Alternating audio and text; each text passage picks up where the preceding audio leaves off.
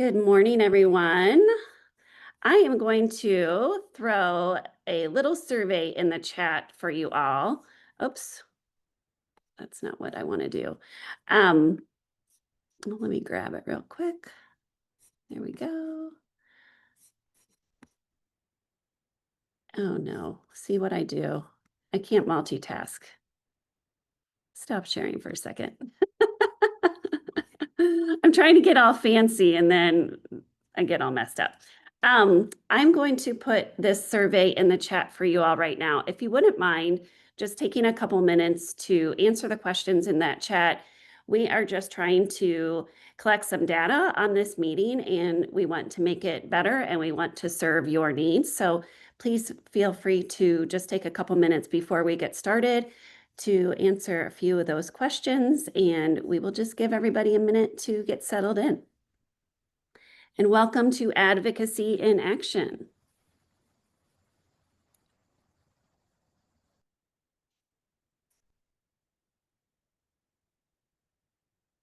That has also always been a thing to be in the ESC that you have to. And if you're not. I hear you.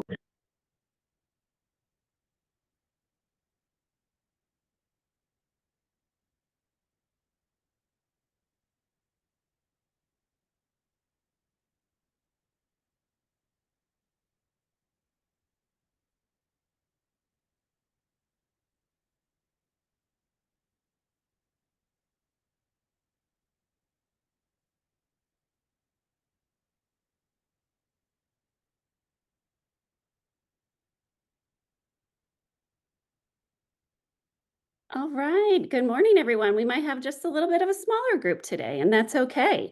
These are being recorded, so we will definitely share this awesome meeting out with everybody after the fact. Oh, Sarah Silva, I see you talking, but have no audio. I'm going to hop.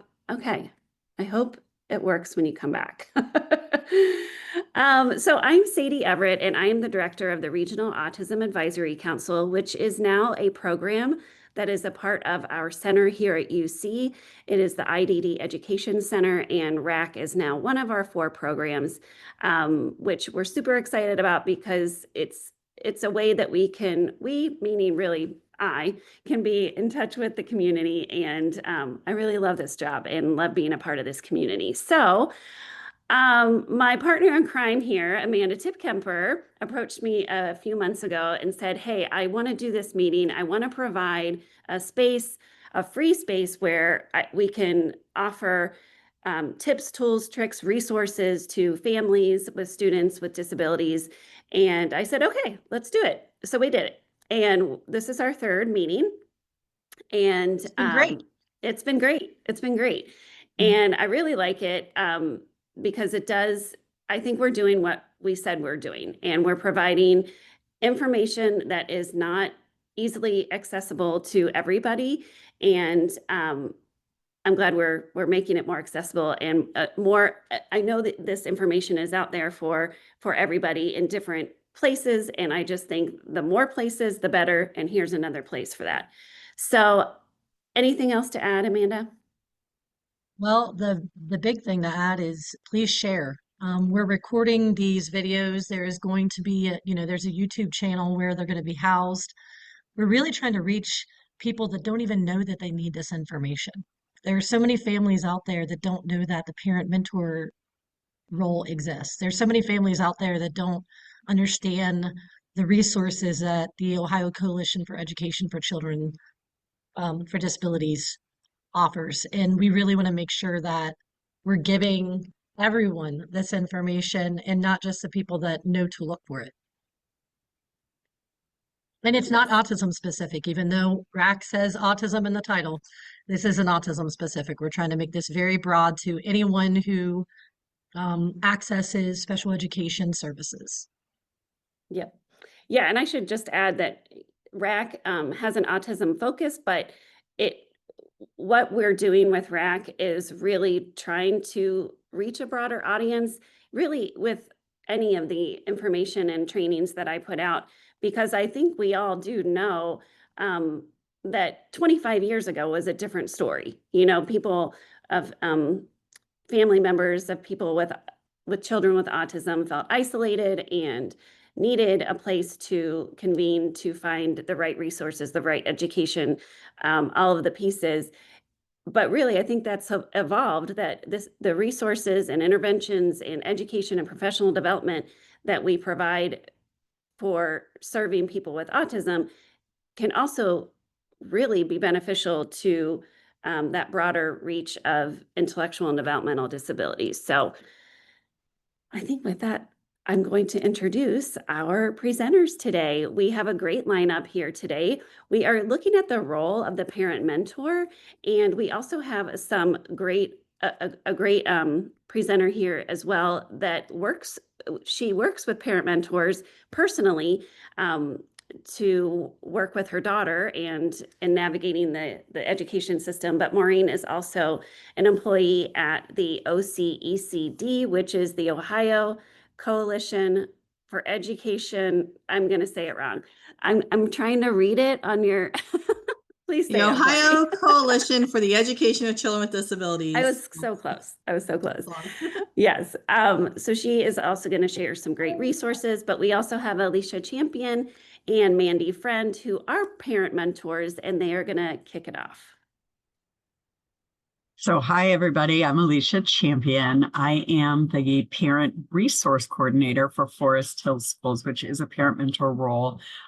It is kind of interesting because Mandy and I both share the title of Parent Resource Coordinator, and we are both funded by our districts, which is actually pretty unusual.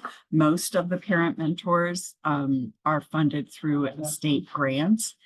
But the parent mentors are, Mandy, how many are there? I think not every district has one. No, they do not. But And I'm trying to think how many there are total. I see that Becky and Tracy are on here as well. So if you have an answer to our question, let us know, ladies.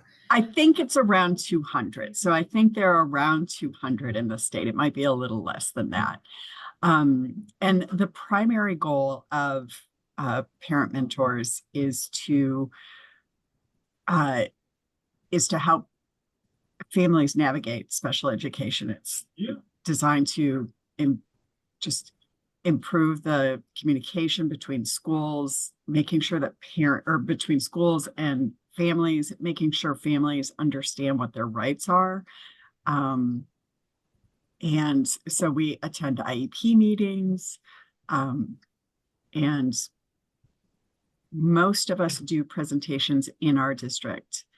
I also share resources on Forest Hills website. I think many of us do that as well. Absolutely. And like she said, I'm Mandy Friend. I'm the parent mentor and resource coordinator for Sycamore Community Schools. And one thing I wanted to share, the role of a parent mentor, is that we are parents of a child with a disability ourselves. So I think that's something that is really important in our role, is that we can share kind of that lived experience being a parent of a child with a disability, which I think has been incredibly beneficial to a lot of families, because we're not just sharing resources, but we're also sharing experiences. And I think that is huge. Alicia shared a couple things that we do as parent mentors. Another thing I wanted to mention is that we do have a lot of confidential conversations with families. So we allow ourselves to be a safe space to support questions and concerns that families might have. And then we also work collaboratively with families and school staff to solve problems. So oftentimes we're brought into some of those less formalized meetings to problem solve, to look at student needs, and to make sure that that parent perspective is being considered and heard in those meetings. We also, the resource coordinator piece is helping families access community supports and agencies. So, I mean, it can be anything from like a sensory friendly dentist to, to behavioral support in the home. So I think we are always trying to sort of to sort of refine our resource knowledge so that when a parent has an ask, we either have it readily available. And if we don't, we have this lovely network of parent mentors that we can reach out to and say, hey, we're looking for, this particular need. What has worked for you, or what would you recommend? So I think that's something that's really nice. And then we do provide trainings and information sessions, which Alicia spoke about. So I do a lot of, just to give an example, and then Alicia, I know you have examples as well of things you've done. I do monthly parent connection sessions. So there's typically a topic that is either predetermined or that I saw a need for. And then I do 2 1-hour trainings in a day, one in the afternoon and one in the evening. And I either present the information myself, or it'll be presented by a staff member or a community agency. So some examples of this is we just did one on transitioning from building to building or to a new grade level. And I talked to families about, things you can prepare to help with the transition, how to be a voice in some of those transition planning meetings. I also did one on extended school year, which is always a hot topic in the special education world. So we talked about what is extended school year, and then talked about different possibilities that kids could access in the summer if they did not qualify for extended school year. And then Alicia is much more tenured than I am, so I'll have her share some things that she's done that have been amazing. So my trainings happen they're coordinated to happen at the same time as in our district. We have this thing called Parent Academy. And so it's at the middle school where parents are coming in, and there are different sessions. And so I run a support group called Village Connections. And very similarly to Mandy, I will have different topics. And then there's always a Padlet that goes home with parents after the session. And I think I saw Sadie put the Padlet for our most recent one, which was on summer camps, which of course happens in February. Summer camps, because that's when you have to start thinking about it. That Padlet goes home with parents. And then afterwards, it's also posted on the website. One advantage to a parent mentor is that we have one of the few jobs in the district that kind of go, preschool all the way to transition to work. And so we have the ability to follow families all the way through the process. That can be incredibly helpful in IEP meetings when you have this history. Parents come to the table sometimes with emotions up here. And so to be able to reach back and think, okay, we had an IEP meeting, and this was a theme at elementary. And for some reason, we didn't see it at middle school, but it's back in high school. And the high school is like, well, this is a brand new behavior. Well, it's kind of been part of the repertoire, because kids kind of, we have our cycles that we follow. But it really is a unique perspective to have that shared vision with the parent, of having that, understanding that the parent has kind of the 20-year view. We're not trying to get them through middle school. We're not trying to get them through this next year.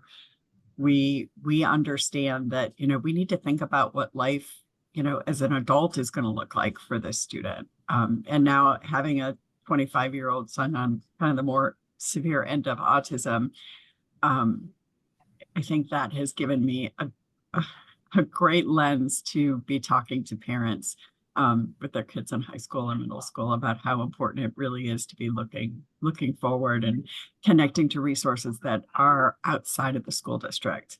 I have helped people write appeal letters for Hamilton County DD if they've been denied a waiver. All kinds of just different connections outside the school district, which are just as important to that family having their child be successful both in school and out.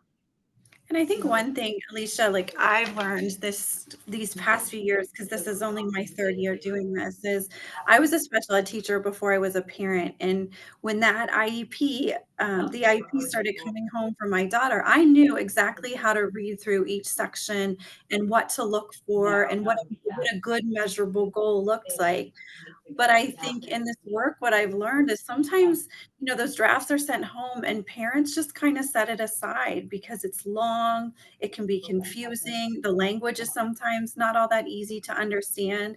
So in our role as parent mentors, what we can a lot of times do is sit down with families before an ETR or an IEP meeting, talk them through that document in really easy to understand language, and make sure they go into that meeting feeling prepared. I can't tell you how many parents have said that was after having met prior to a meeting. That was the first meeting I went into where I really felt prepared to ask really good questions and to understand what that document really meant. And I think that's something I took for granted, having a background in special education and then coming into this job and realizing that's not true of everyone. And I can only imagine how overwhelming those meetings would be, not having the background knowledge to really be able to tease through that document in a meaningful way. So that's been something I really enjoyed doing, is helping families kind of step by step through those hard to read documents. And talking about, Sadie, did you put the IEP by the numbers in there? Okay, so in the did. chat, there's also the IEP by the numbers, kind of speaking to that piece that Mandy was just talking about. This is a document that actually Janet Main and I developed years and years and years ago. And it is now used in our district. The IEP by the numbers goes out electronically in the other section on every draft of an IEP that goes out to families. And so it really is kind of that customer service piece of helping people understand what they need to know for each section of the IEP. And again, breaking the IEP just down by section. And there are so many parents who I never even realized that they they were numbered. I could say, transportation in section 8 and, just making those references. And so we also can be helpful to our districts. This past fall, I did a PD for our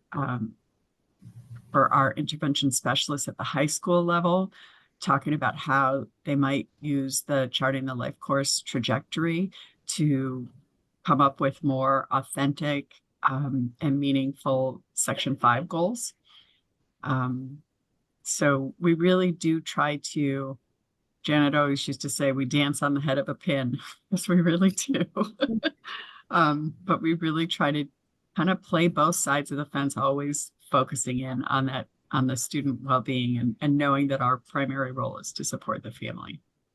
And to piggyback on that, Alicia, at the beginning of the school year, I did a parent mentor, parent connection session on collaborating positively with your school team. And so ahead of that meeting, kind of behind the scenes work was I met with staff, special ed, like the special department supervisors at each building, and said, kind of talk me through, what are some of the things that make collaborating hard? What are some of the things that you feel like your team does really well? And try to get some of that background information so that when I presented to families, I could kind of share that teacher perspective alongside of that parent perspective and how they could kind of work together.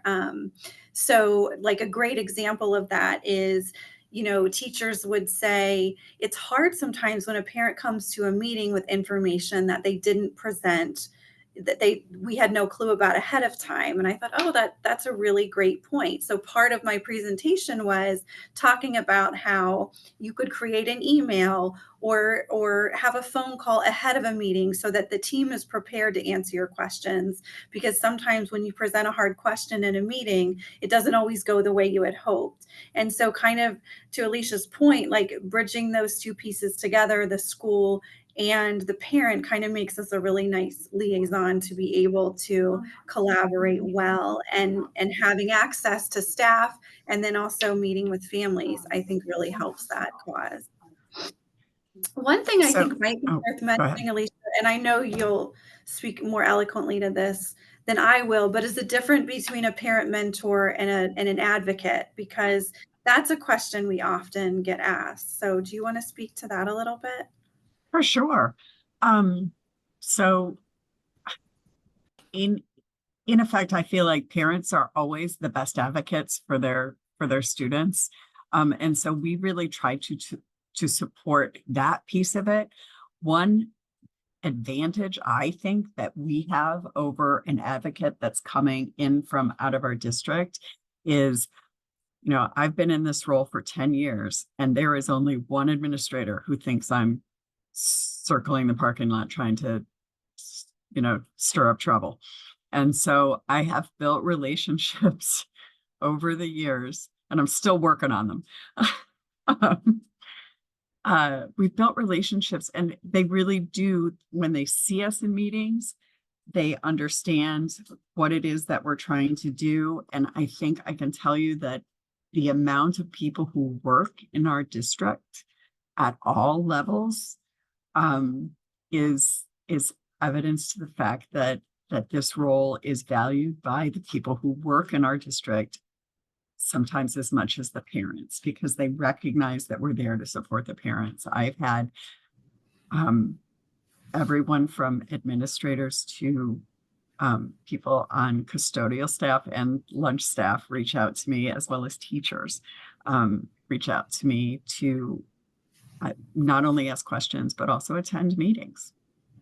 And we're not, I mean, our role isn't to advocate on behalf of parents. Our role is to really empower parents to advocate for their child. So that's a distinction that took me a little bit, being new to this, a little bit of time to fully like understand and embrace. But our job really isn't to go and speak for them. There are some times where we speak up, where we've been asked to speak about a certain topic, when emotions ride high, like Alicia alluded to. Like sometimes we will jump in, but really our role is a lot of behind the scenes prep work with families to make sure they feel ready when they get into those formalized meetings to really speak up and speak for what they think is best for their child. And that's something, like I said, that took me a little bit of time to really fully appreciate as a newer parent mentor.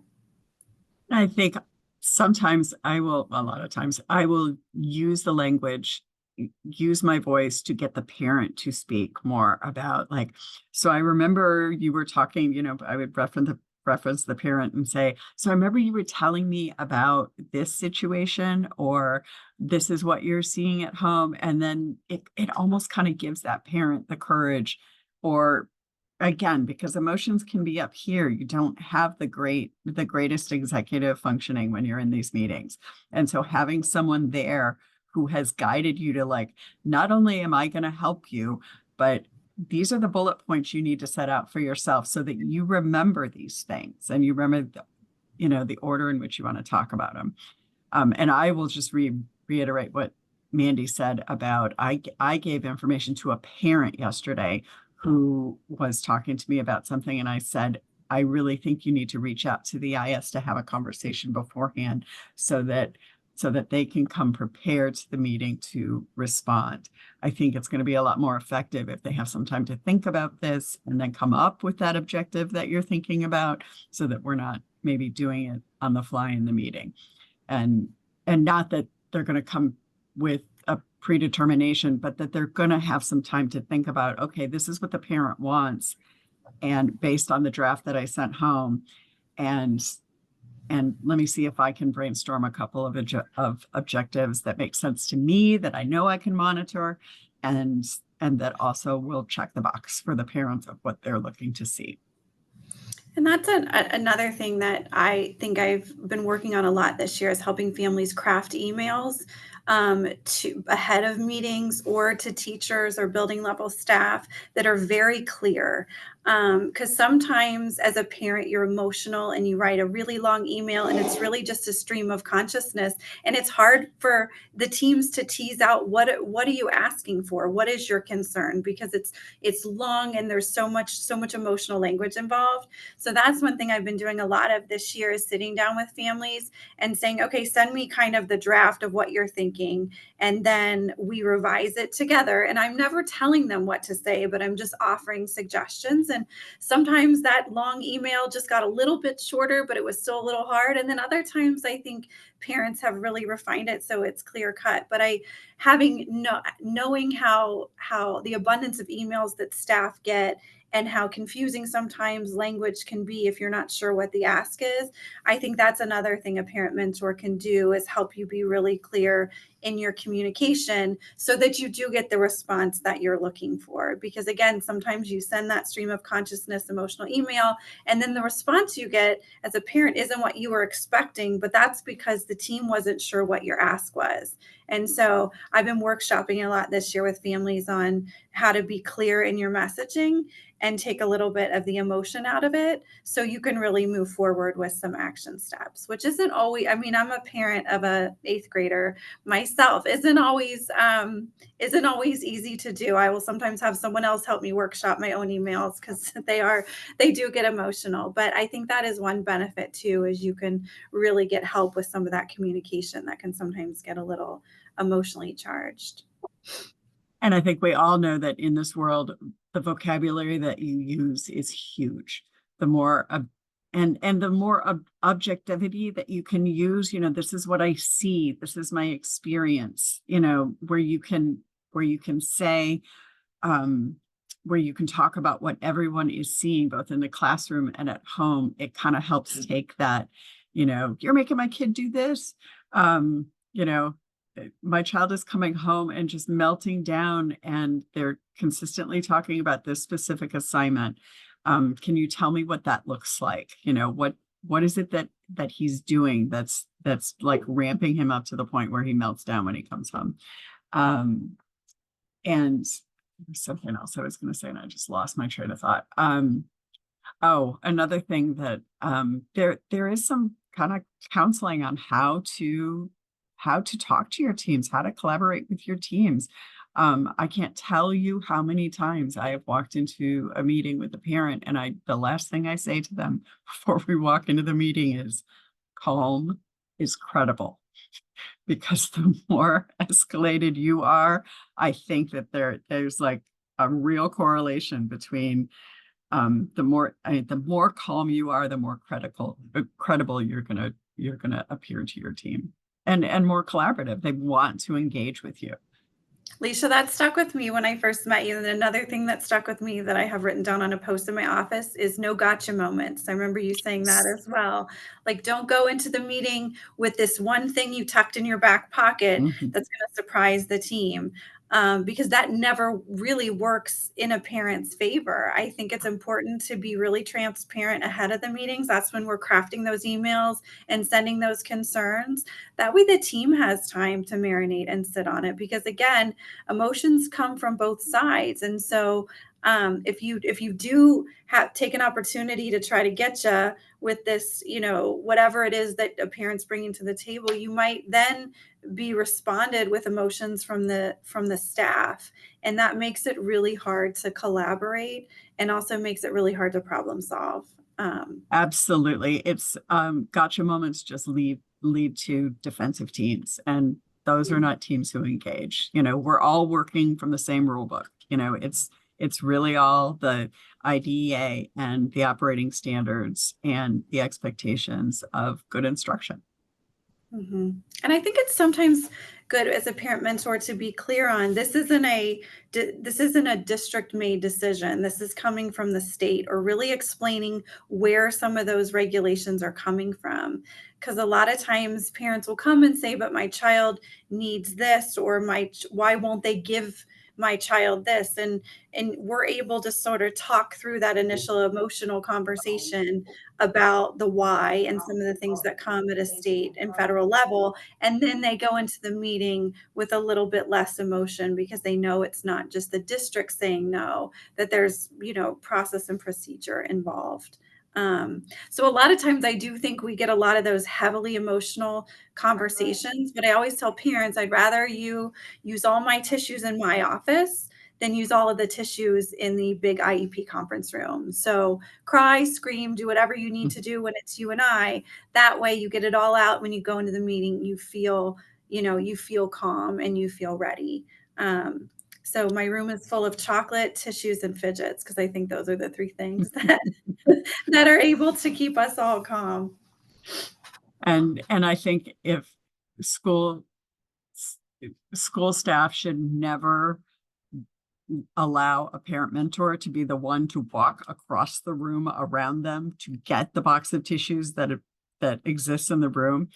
I have been not in the last few years, but I remember having a conversation with where that actually happened, where I had to get up. I could see them. I got up, I walked around, and just having a conversation with the school staff afterwards of you guys had such a trust deficit here, reaching around and grabbing that, offering a tissue in a moment, it would have been such a big thing to happen for this parents, that offering of a tissue from someone who they inherently don't trust. You're missing opportunities. So there is some guidance for school staff as well, for sure. And I think being parents of children with disabilities as parent mentors, when those emotional moments do come up, because we can't totally be absolved of those moments, even though we try to help families prepare as much as we can, is when they do get emotional, to help the team kind of see that parent perspective. And I'll sometimes say, I also have a child with a disability in the district, and these meetings can feel really overwhelming. I'm sure you guys can all appreciate how hard that would be. And sometimes that's just enough for the team to sort of say, okay, yeah, I can sort of imagine why this parent is feeling so, in their mind, overly emotional, but really just emotional because it is their kiddo.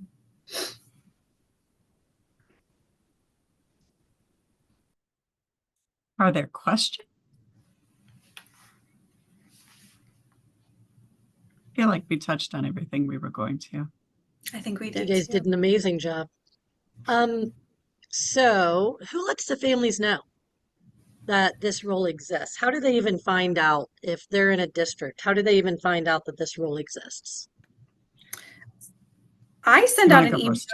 Yeah, I send out an email at the beginning of the school year to all families of students on IEPs. And then I also send out an email to all special education staff and building level supervisors. And then I usually ask if there is any sort of need that arises, that they share and offer up my name as a possible resource, especially if it's a new diagnosis, if they're going through that initial evaluation. I think that can be really a good time for me to come in and support. But I will say there are still some families that say, I didn't know you existed until I met with someone from the coalition. How did I not know you existed?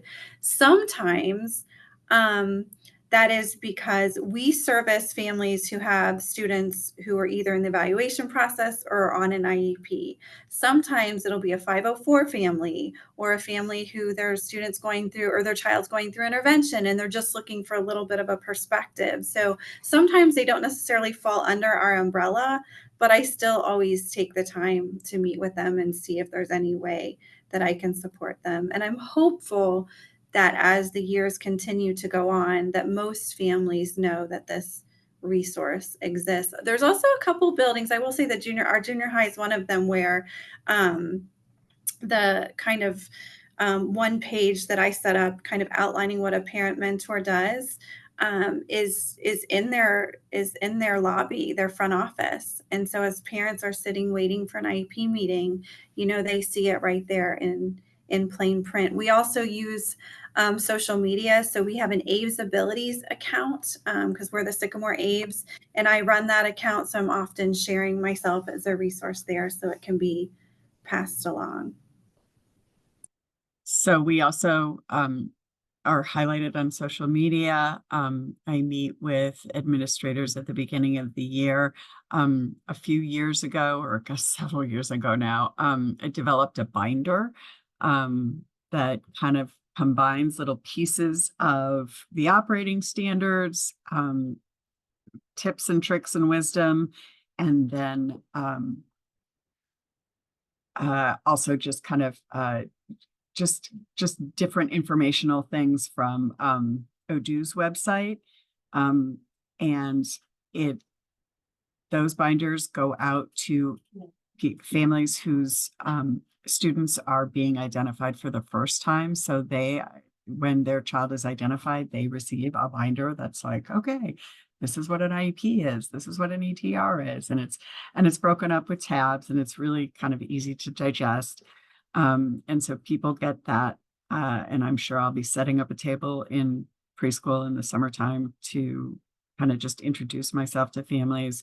I have a page on the website, and I am so going to steal. I'm going to craft something and get it in offices if I can. My business cards do live on most of the desks in the front offices of each school.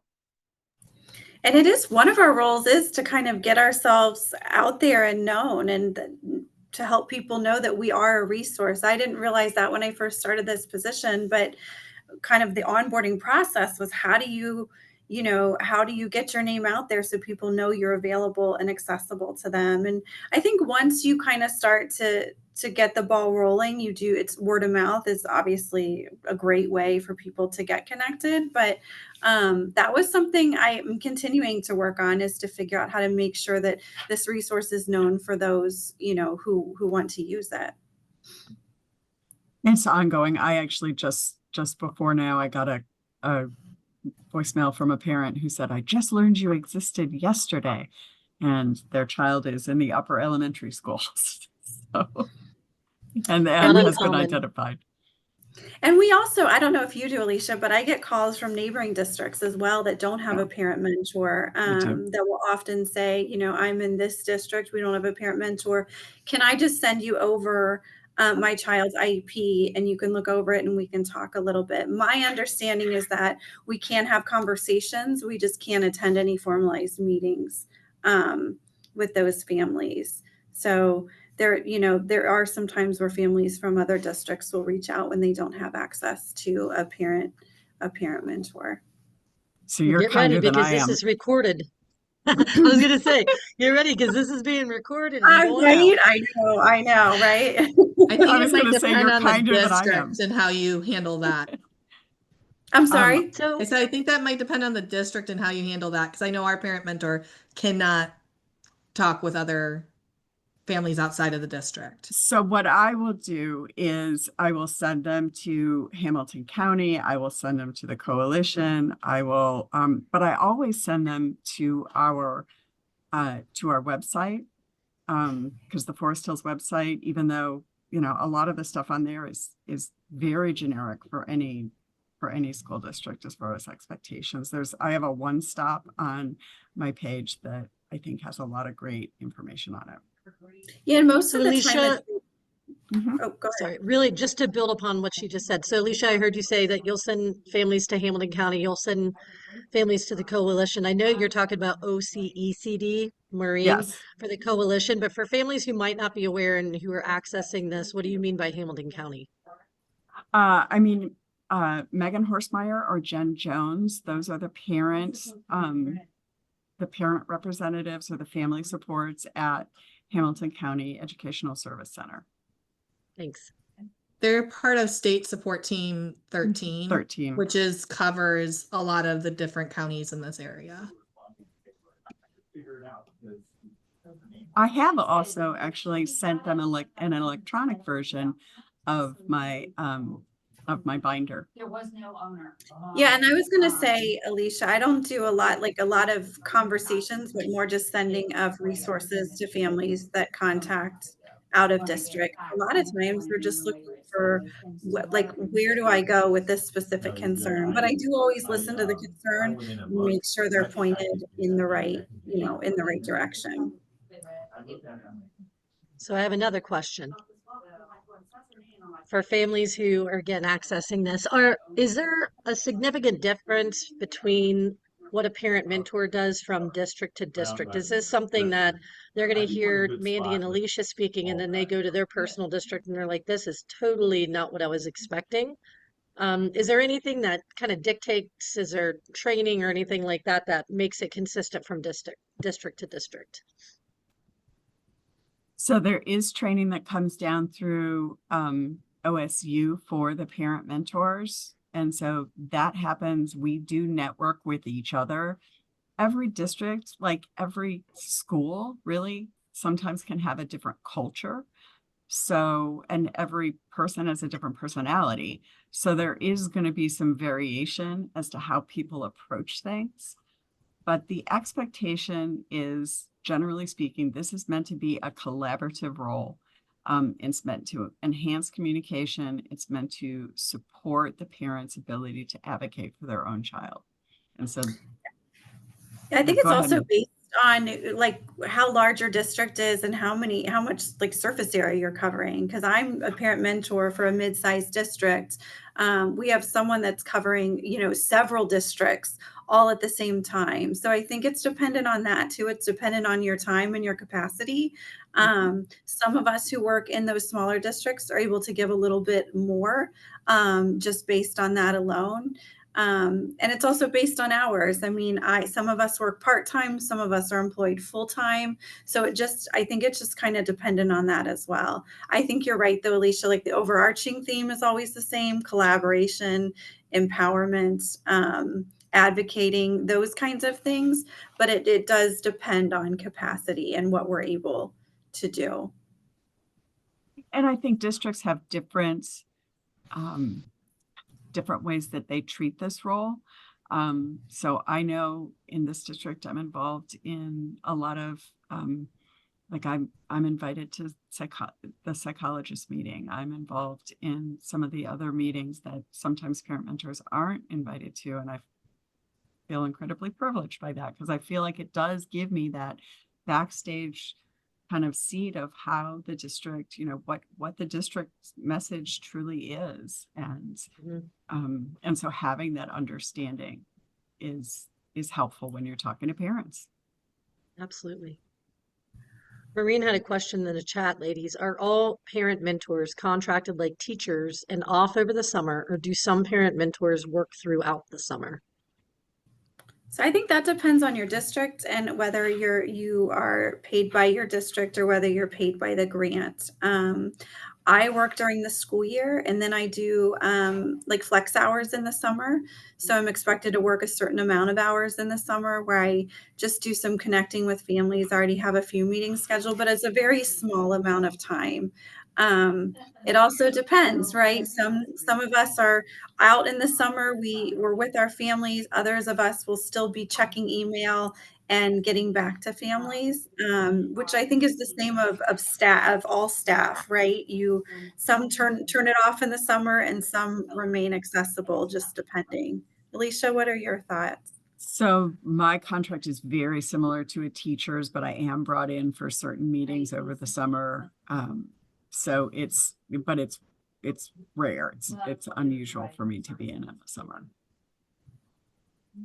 I have another question, just related to grant funding, right? We know that grant funding is a hot topic right now and doesn't feel like the most secure source or sustainable source. Is there any risk to that grant funding impacting current parent mentor roles? Are you aware of that?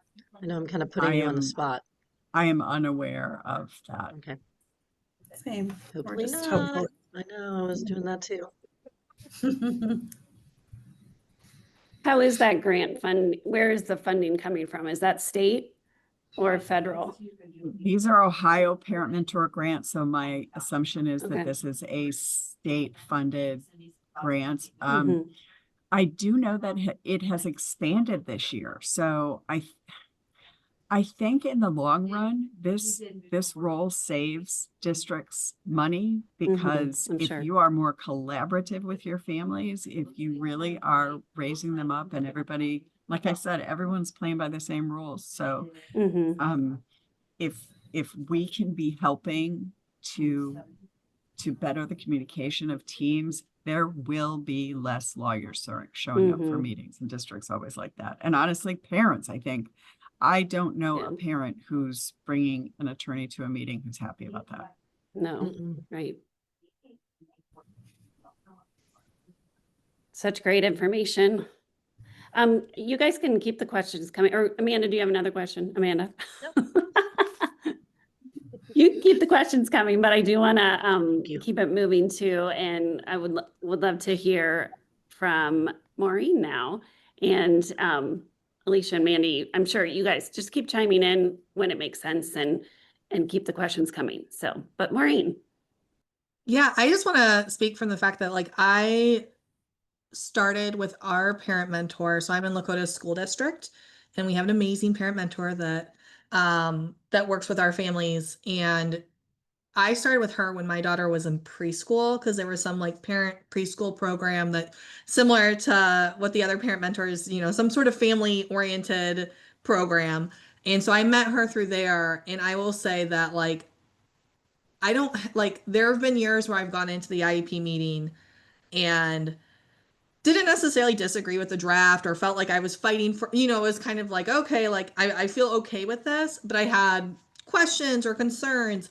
And even though and even like this last year after the role that I'm in now, I still had my parent mentor come with me because it's so helpful because typically you do have that conversation ahead of time and she's fantastic at prompting me or saying, hey, remember we talked about, do you want to talk about that now? And even though like I know I wanted to talk about it, it's so nice to have that other person his brain is fully functioning in that meeting. And it's super helpful. So if you have never utilized a parent mentor and you have one in your district and you're like, my meetings are, I still like highly recommend it because at least my experience has been fantastic being able to work with her. She's seen my daughter grow up from preschool. She's going into fifth grade now.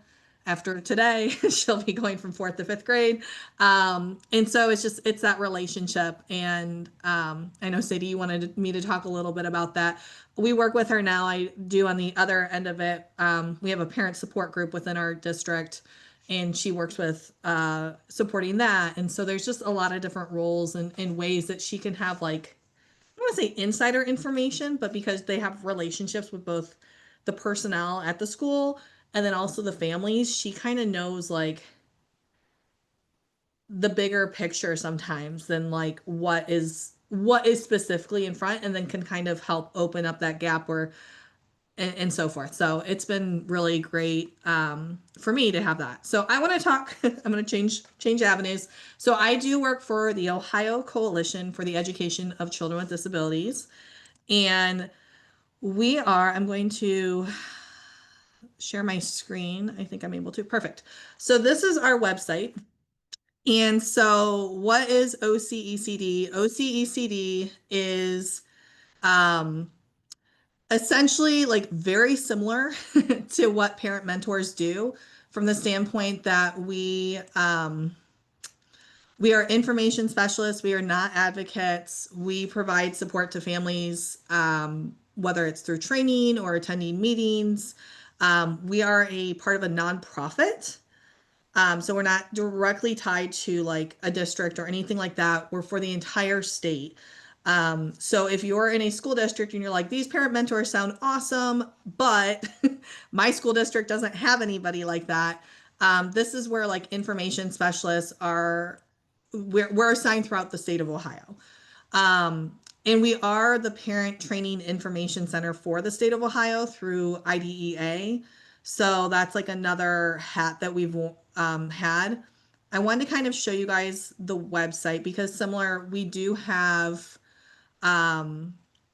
tip sheets, resource libraries. It kind of breaks it down for the different, we have a link to the parent mentors, but like different age groups. But like right here, so like for instance, in my role, the districts that I support are in 3 different counties. So I support Butler, Hamilton, and Preble counties.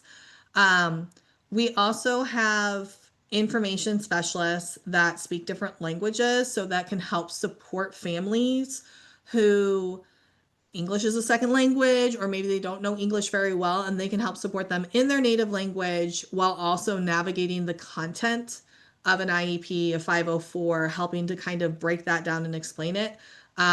For us, we have a Spanish speaking information specialist in our area that covers this region. Her name is Alma Davis. Um, and so I always like to highlight the fact that we do have those folks, because I know that that can be challenging for some of our families, that if they're not only trying to navigate our educational system, but they're navigating it in a different language than what they're used to, this kind of helps bridge some of that support. And I know our parent mentor will sometimes use these specialists as well, just if there is, that language aspect to it. So that can be a resource. The other thing that we do is we can do trainings. So we have on-demand trainings on our website that anybody can do. So if a family wanted to learn about self-care or assistive technology or supportive decision making, we have these things that are for free. So everything that the coalition does, so working with families, trainings, things like that, it's all provided via grants. And so we do not charge for anything, any sort of trainings or anything like that. So these are all on demand that people can access whenever they would like, free. They just kind of have to sign up. There are also trainings that, like, if a parent wanted to know about transition, like they have a 13-year-old about to be 14, what does that mean? How does, what kind of steps do we have to take? What are those sort of things? I can do a one-on-one training with families, or I can present to groups, whether it's in person within my region or virtually within my regions, on these different topics. So there's a whole list of areas. You can do IEP clinics where we're looking and digging into what are, different acronyms. I would say, like, a lot of, as far as the services we provide, are very similar to what parent mentors do. We're having meetings with families ahead of time, talking about their options. If there is conflict in a meeting, discussing with them, like, sometimes I think it's okay, so what are the next steps? Or if this is what the team is deciding, even if the parent's in disagreement or whatnot. So asking the team, well, how do we get back to, whether we're talking about least restrictive environment or something like that, trying to make it so that these, sometimes it's not forever, and trying to give like that bigger picture. And I find that, like, a lot of times in meetings, it's I'm doing hey, remember when we talked about this, is, do you want to talk about this in section 5 or section 7 or wherever we might be? Or a lot of times what I have found, and I don't know if the parent mentors have found this, but sometimes the parents and the educators are saying the exact thing, but because they're using different terminology and somebody's talking about data and somebody's talking about an experience, it's sometimes me chiming in and saying, I think, are we talking about, and just trying to, like, kind of use that similar language. And then all of a sudden everyone's like, oh, yes, that is what we want. Or, and there's definitely times where there's that educational component with the families where, because, if they're having a administrator say something to them and they keep asking the same question over and over, and then I can kind of jump in and try to explain it from, like, conversations we've had or whatnot, all of a sudden it clicks. And I think that, like, having that other person in the room that can help explain it from the point of view of a family member or the point of view really can help families know what resources are available. We also, I think I mentioned, so we have similar to what they have on our website. There are a lot of different tip sheets that we have. So advocacy tips, evaluation, asking for an independent educational evaluation, all of these different kind of resources that families can access. We also send out a newsletter. So if anybody wants to sign up to get information from the coalition, it is if you just go to like the main website, there's a button at the bottom that this blue button that join our mailing list, and you can get resources there. They send out quarterly newsletters.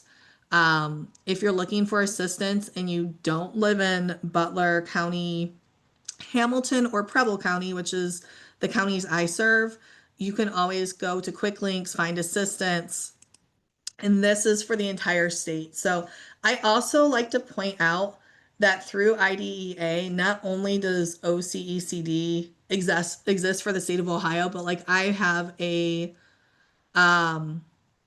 my best friend lives in Illinois, and she had some concerns, and I was like, I don't know who your PTI is, who your Parent Training Information Center is, but I know that you have one. And just Google it, like look it up, because you have somebody as a resource that's free, and this is all through IDEA, that you can you can reach out to and ask for support. What kind of quality? And so I don't know, but I know that that exists in every state. And so like for instance, for Ohio, in every county, there is somebody that you can touch base with, ask questions to, ask to attend meetings or find resources and so forth. You'll see like in our Cincinnati area, it's kind of broken down a little bit. So I kind of cover those counties. And then Nancy Crabtree is the OCECD information specialist / trainer who covers all of these counties that are also kind of part of the greater Cincinnati area. So it kind of, and it depends on what your where you live. So your county of residence is kind of who can help support and help answer questions. And we will have support over, like if people, I know I've had some families reaching out like for over the summer, like just trying to get a better grasp on things when school isn't in session and trying to understand. There are counties, or there is support over the summer. We go to like in July, the majority of our information specialists have off. But there are a few of us that are around in July and cover the entire state of Ohio and can still help and assist families in just more of like those bigger general questions, because typically over the summer, a lot of the there's probably not too much that's going to be going on educationally, because a lot of the administrators and teachers and so forth that would be part of like an IEP team are not in, but there's still some questions and some things. The other thing, the last thing I wanted to kind of point out briefly, and then I can help answer questions, is that if there is a teenager or a youth that is interested in having more information as we're looking at that transition age and so forth, this website on the coalition's website is all about youth self-advocacy and empowerment. So like having them attend IEP meetings, what are some resources that they could utilize? There's Charting the Life course, which is a tool, a great tool that folks could use to kind of go over like, it's just more of like how to get like your thoughts out there and communicate it effectively and so forth. So there's breaking down what that could look like for a teen. And then there's also college and, more information about transition tips, the youth empowerment program. So it's really about self-advocacy. They even have like a kind of like a comic style resource for students that are kind of like a social story, but for older teens. So if you ever wanted to check anything out, or have a teenager in your life that you think this could be helpful for, please feel free to check out the coalition's website, because there really is a plethora of information out there that you can kind of get lost in how many things that you can have. One other area for parents, this section is very, very helpful. I use this area a lot because it's sample letters. So whether families are looking at requesting an initial evaluation or an independent educational evaluation or ESY or an IEP review, a lot of times families will have conversations or we'll talk or we'll call, and it's usually, if you haven't written it down somewhere, there's no proof that that conversation happened, or people are human and they forget or it doesn't go along. But if it's something that's written, something that's in letter form, then it makes things a little bit more accountable. And so we have these templates that families can use if they are requesting certain things or a change of placement or whatnot. And my families, I've sent this, it makes it so much easier because it takes the, how am I going to word this? What makes the most sense and what makes this more concise? And so, like, just click on it and then you make it your own. And really, for us, the best practice is do certified mail. That's kind of the information that we give out. But I also kind of say, in the age of email, you can also follow that up with an email. And sometimes that gets a response as well to kind of make sure. But there's been a lot of families I've worked with that say, well, I said something, 5 months ago, and then we have to go back and say, well, did you send in an email or did you just say it like in passing in the hallway?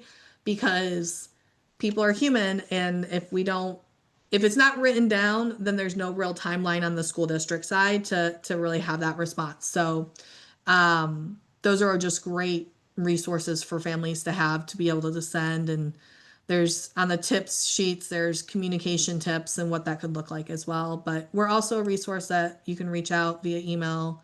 And I can put my information in the chat as well if there are any other questions about that. Maureen, you just gave me a thought on something I wanted to share, along the lines of capturing a disagreement if you're in a meeting. A really nice thing to say that is, and it's just a nice way to say it, is, could you capture my disagreement in the PR01? That can be a really powerful thing for a parent to say in a meeting, that puts a timestamp on your concern, and it just kind of, even though things may not be happening in the way that you want them to happen at that particular moment, your disagreement is captured. And I think it can be really helpful to teams later on, because oftentimes things do change, and then you've got a history stamp on the concern. Yeah, and I will say, like, I think also, like, just knowing, I I know when my daughter first, I mean, like I said, 3 years old, we were entering this IEP world, and we got the Parents' Rights communication booklet, and similar to what Mandy said, I took it and just set it aside because, that's, I was already processing so much, and I was like, we don't need that, we're good. They're helping me and so forth. And I think that there are things that like, you don't have to sign the IEP right there in that meeting. If there are changes to the IEP and they haven't put that, like, aren't changing it live, I let families know you don't have to sign it live. They can send you the final draft after the fact and you can sign it. Just make sure that you get back and you sign it if you agree with everything. There's little tips and tricks and things like that I think that families get overwhelmed, and it's not, schools are doing a million of these at the same time. And so they're trying to check off their list because they get dinged if they don't have those things. You can sign off that you're in the meeting, but, like, there's certain parental rights that I think that families aren't always made aware of. And so that's also an avenue that I think that your parent mentor or information specialist with OCECD can help you navigate. And if, and also share with you, like, okay, well, what would make you more comfortable or whatnot. And then just helping bridge that communication gap too. I totally agree with this. This is in last month's event, I was talking about my past experiences as an advocate and how I felt like a lot of families paid me just to say no. And to your point, Alicia, just to speak up and disagree because it's so intimidating, and scary. And it feels a lot of times like it could impact their kids' services if they disagree or if they say no. So I just appreciate that. And I always say, like, this is just, like, even if kind of Alicia said, like, this is more data. Like, that's everything, every day, every choice is more data. So if we disagree and say this service isn't provided at this time, that doesn't mean it's going to not be provided ever in this entire life of the child. It just means right now the school's not seeing the educational need that you might be seeing at home. Because, I mean, let's face it, my daughter behaves much different at home than she does at school. And so, like, so sometimes I'm like, you need to do what? Um, and I'm like, we've never seen that. But, like, I've also seen her in the school, and I'm like, okay, yeah, we understand.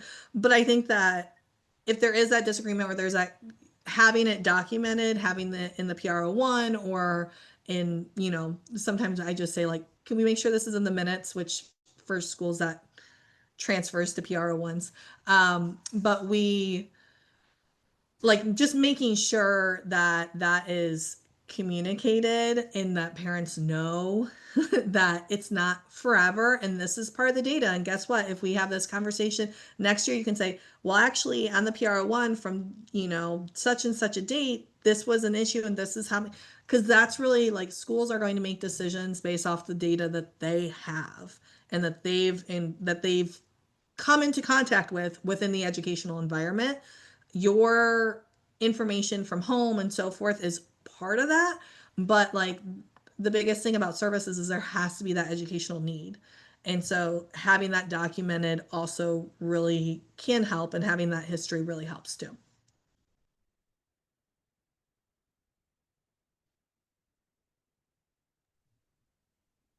Thank you guys so much for sharing all these incredible resources. And Elizabeth, thank you for throwing your resources in there too. I will compile all of this into something and share it.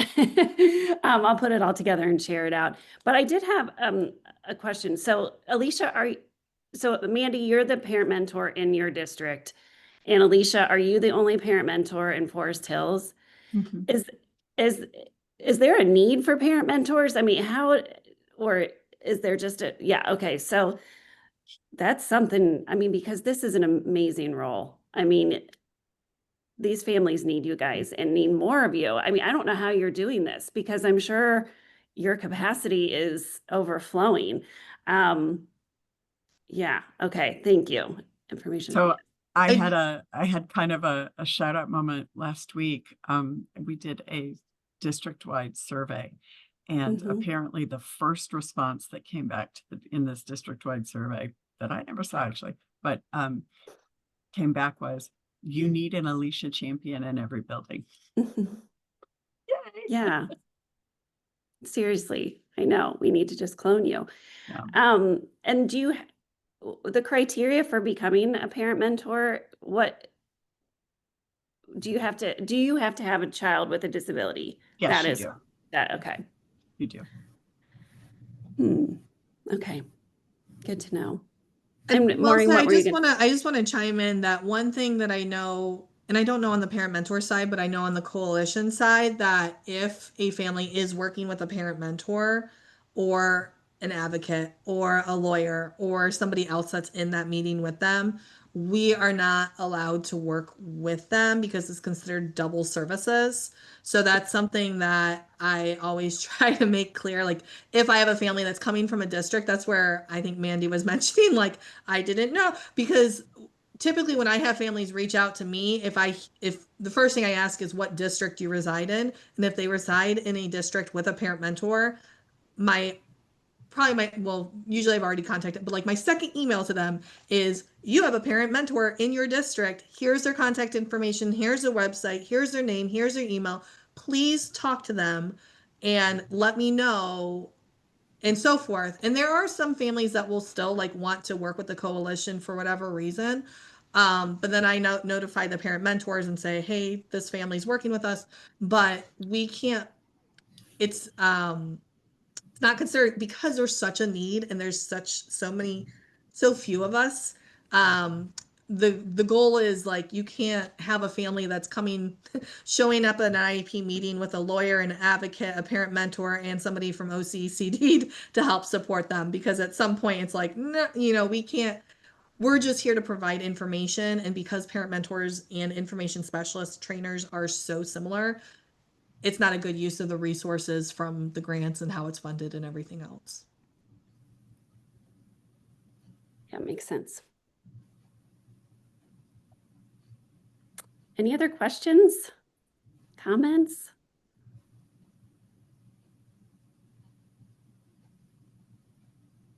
Okay, well, thank you again. Thank you so much for the great work you're doing. And gosh, there are so many incredible resources that we have, and I will be sharing everything out, not just to this group, but to RAC broadly and the IDD Ed Center broadly as well. So we'll keep And these are all sharing out. recorded, so once the recording comes out, please help us in spreading the word by sharing it either via email or on social media. The more families who have access to this resource, I think, the more likely we are to ultimately increase understanding, communication, collaboration. Knowledge is power. Yes, for sure. All right, thank you, everybody. Well, the next one is June 26th at 5 o'clock. We're rotating the times a little bit to give people options, but the next one is 5 o'clock on June 26th, and we're going to be talking about how to get ready for the school year. Jennifer Godby is going to be helping Yes. us with that one, so please do join us.